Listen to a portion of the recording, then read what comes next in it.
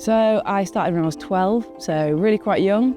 I had a friend whose parents owned a pub, and we used to go there, and it was really smoky back then in pubs, so we just used to, ask people for cigarettes and ended up going outside into the park and stuff like that. So I remember my first cigarette quite clearly. I would never let the kids see me smoke. I would never smoke inside.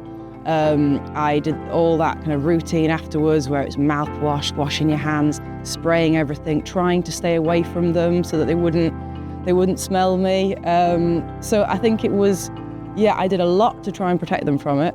And actually, now that I'm not doing those things, it was hugely anxiety provoking. You constantly, even though you're not thinking about it really like that, you were constantly thinking, what do I smell like? What can they smell? What's going to happen if they think this is a fun and a cool thing to do, or this is what grown-ups do actually. What was the thing? Oh, do you know what? I think I know what it was. This is terrible. I think it was mostly vanity. I think I hit sort of 30 and I kind of thought, I'm not sure I want to do this for another 10 years.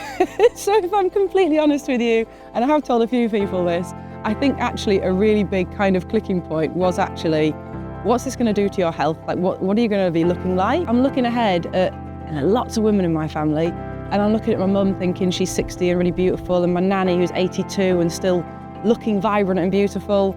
And I guess I felt already that I wasn't looking as kind of healthy as they were.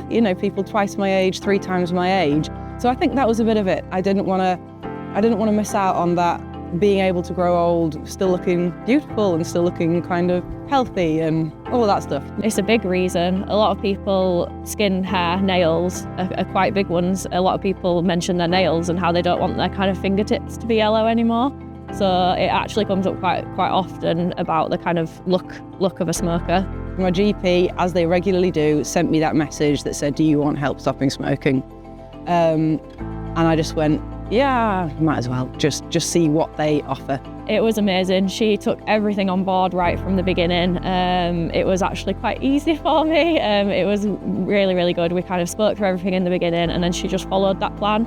And I think she'll say herself that she found it easier than she was expecting to as well, because she followed everything that we kind of went through, and she felt like it worked for her. We came up with the plan together, so she wanted to do those things anyway, which I think always helps. She went away, she put it all into place, she stopped on the quit date that we set, and she hasn't looked back since. If I'm honest with you, stopping smoking was relatively easy compared to what I thought it was going to be. Everything about the service was bang on, from the way the sessions were delivered, to how regular they were, to the way you felt supported. The accountability of it was huge actually, because on some of those weak moments I go, I'll be seeing Beth and that carbon monoxide thing's going to come back out again. That really did make a difference in the moment, without a doubt. I would say just give it a go. People often try again, and all it takes is that one time for it to work. So even if you think I've tried everything and I can't possibly do it, just give it a go and see what happens. There's so many different ways of doing it now, and there's different, tactics and tools and things that we can share with you. So I would just say to try it. You never know what could happen.